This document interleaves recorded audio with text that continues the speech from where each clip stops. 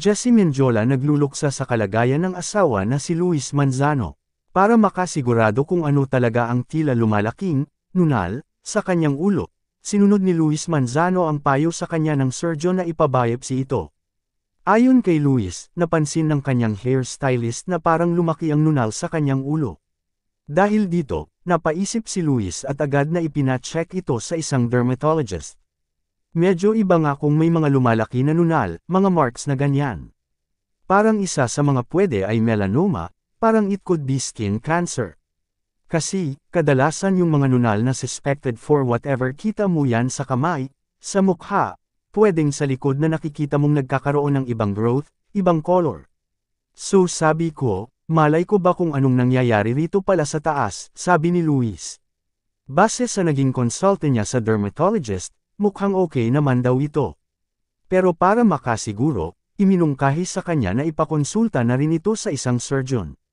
Nang ipakonsulta ito ni Luis sa surgeon, pareho lamang din ang sinabi sa kanya na, it looks okay.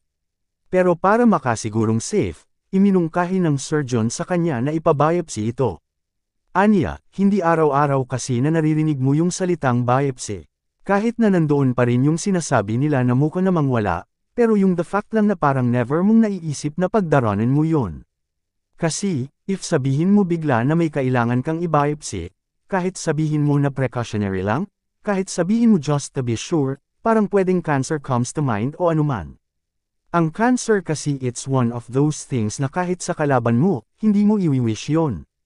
Ang dami kong mga kakilala na, unfortunately, nadali na ng cancer. And you see na it's very life-changing para sa kanila. So, even if nandoon yung reassurance pa rin na sinasabi nila na wala yan, precautionary yan, pero the fact lang na may 0.000001. Hindi rin muna ipinaalam ni Luis sa kanyang inang si Vilma Santos na kailangan niyang magpabiopsy dahil alam niya na sobrang mag-aalala ito sa kanya. Anya, tanging ang asawa lamang na si Jessie Mendiola at ang mga kasama sa bahay ang nakakaalam. Mag-isang sumailalim sa operation si Luis kung saan tinanggal ang lump na ito sa kanyang ulo para masuri. Matapos ang isang linggo, lumabas na ang resulta ng biopsy at sinabi sa kanya ng doktor na mukhang okay naman ito pero kinakailangan niya pa ng additional test sa blood, immunohistochemistry. Sabi niya, so far it looks okay pero may kailangan lang idagdag na blood test para makasiguro talaga na hindi problema ito, lahad ni Luis. Nang makuha ang result, benign, clear ang naging resulta sa pagsusuri sa tinanggal na lump sa ulo ni Luis.